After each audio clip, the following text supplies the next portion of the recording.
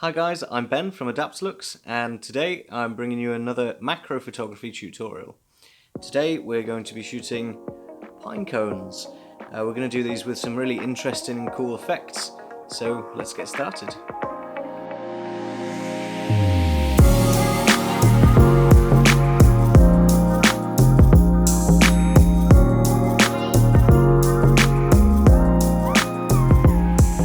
Okay, so today's subject, really easy one that you can do at home on your sofa, on the coffee table, pine cones.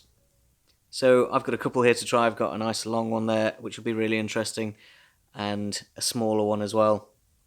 And I've had these around for quite a while now, so they're nice and dry and they're opened up. But if you've just gone out and found yours and it's a bit damp and closed, all you need to do is leave it out for 24 hours or so to dry, and they'll open up like these ones.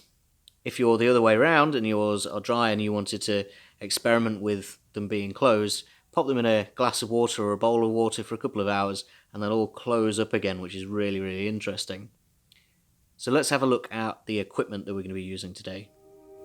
So we've got the D5600 with a 90mm Tamron macro lens, the Novaflex tripod, and the Adaptalux Studio is going to be sat on a mini tripod. Obviously we've got a few coloured arms, a couple of white arms, and a bunch of colour filters and diffusers to give us some different effects, which we'll talk about in a little while. Let's take a look at the setup. I've got the camera on the Novaflex tripod down at the same level as the coffee table so that we can shoot across, and you can sit on the sofa and shoot in comfort as well, which is really good. We've got the lighting.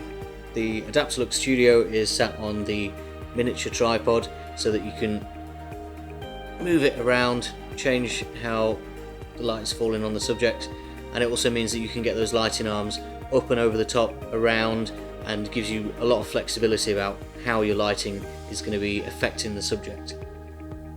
For camera settings, I'm shooting at between f11 and f8. Now this is a manual lens, so I'm adjusting that via the ring here. I've also got an ISO of around 800 and a shutter speed of 60, but this is going to change quite a lot as I manipulate the lighting, as I change the environment. We're going to be playing with these settings. So speaking of the lighting, what we've got here is the Adaptalux Studio set up with an amber and a blue lighting arm that are coming down and seemingly facing each other, pointing across the subject, so that you've got two different colours, one coming from each side. And for a subject like the pine cone, it's really interesting to pick up on the edges of all of these little spines, and manipulating the subject, as you can see that I'm doing here, changes pretty dramatically the look of the image based on where the light is falling on those spines. So you can see this way around it's mostly blue because it's reflecting straight off, but this way around it's mostly orange or amber because those spines have changed direction. I'm going to get started now and change all of these lights around, change the settings a little bit, move the subject around, and see what interesting shots we can get out this pine cone just by changing a few things here and there.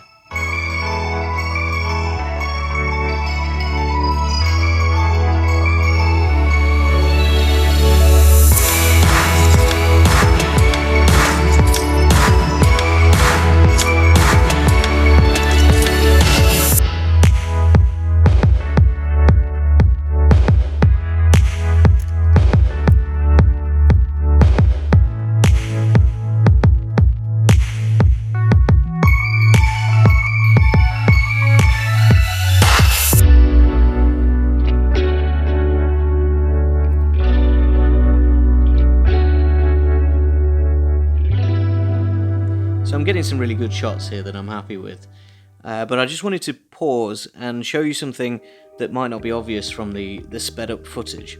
What I did there was change one of the coloured lighting arms, so I changed the blue lighting arm out for a white lighting arm that you can see there, and then I used a colour filter on the white lighting arm to provide that blue colour again.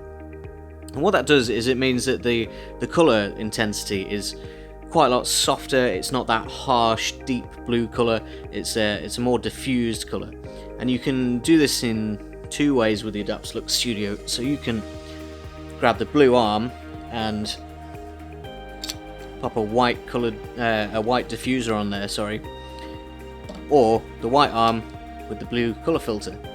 And changing things around like that really changes the look of the image. Combining that with one of the coloured lighting arms, so a diffused light and then a harsh light, can create some really cool looks.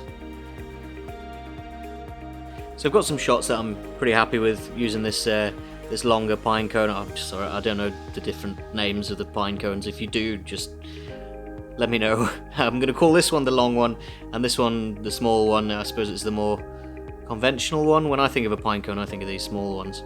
But anyway, I'm going to change over to this one, and you can see that it's got some cobwebs and things all stuck inside there.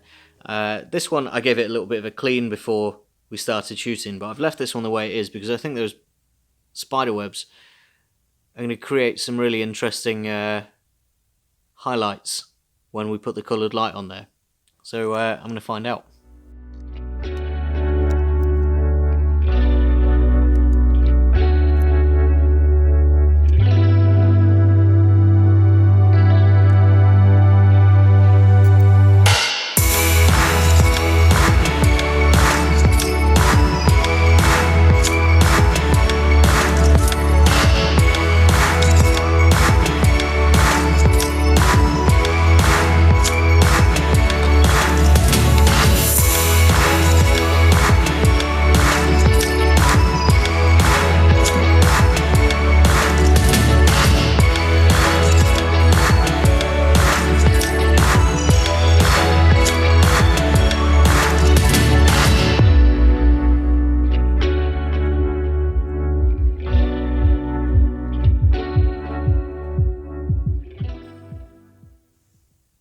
Here's a tip for when you're focusing manually like I am.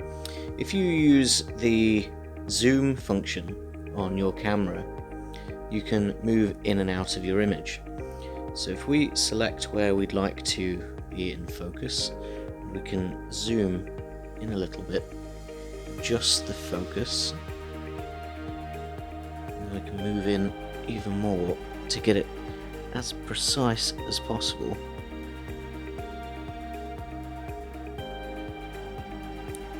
When you zoom out all the way again, it's going to be in focus.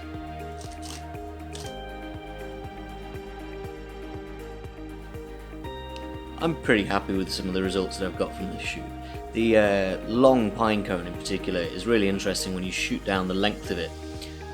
You can have it almost look like fire coming from the back when it's out of focus with the amber lighting arm, and then obviously you can, well, changing the amber lighting arm for the blue one, for instance, makes it look sort of underwatery. Really cool effects that you can get just by changing the filters, changing the arms, and putting different colours into the scene. The smaller pine cone was interesting. I particularly liked the fact that all of these sort of scales are really close together. It looks like a dragon or something like that, so it's very fun playing with red and blue on there, very sort of sci-fi. So that's it for our pinecone macro photography tutorial. It's a really easy subject that you can shoot at home on your sofa, on the coffee table. You just need to go out and get yourself some lovely pine cones. Make sure you let us know what you think in the comments, give us a like whilst you're down there, and we'll see you next time.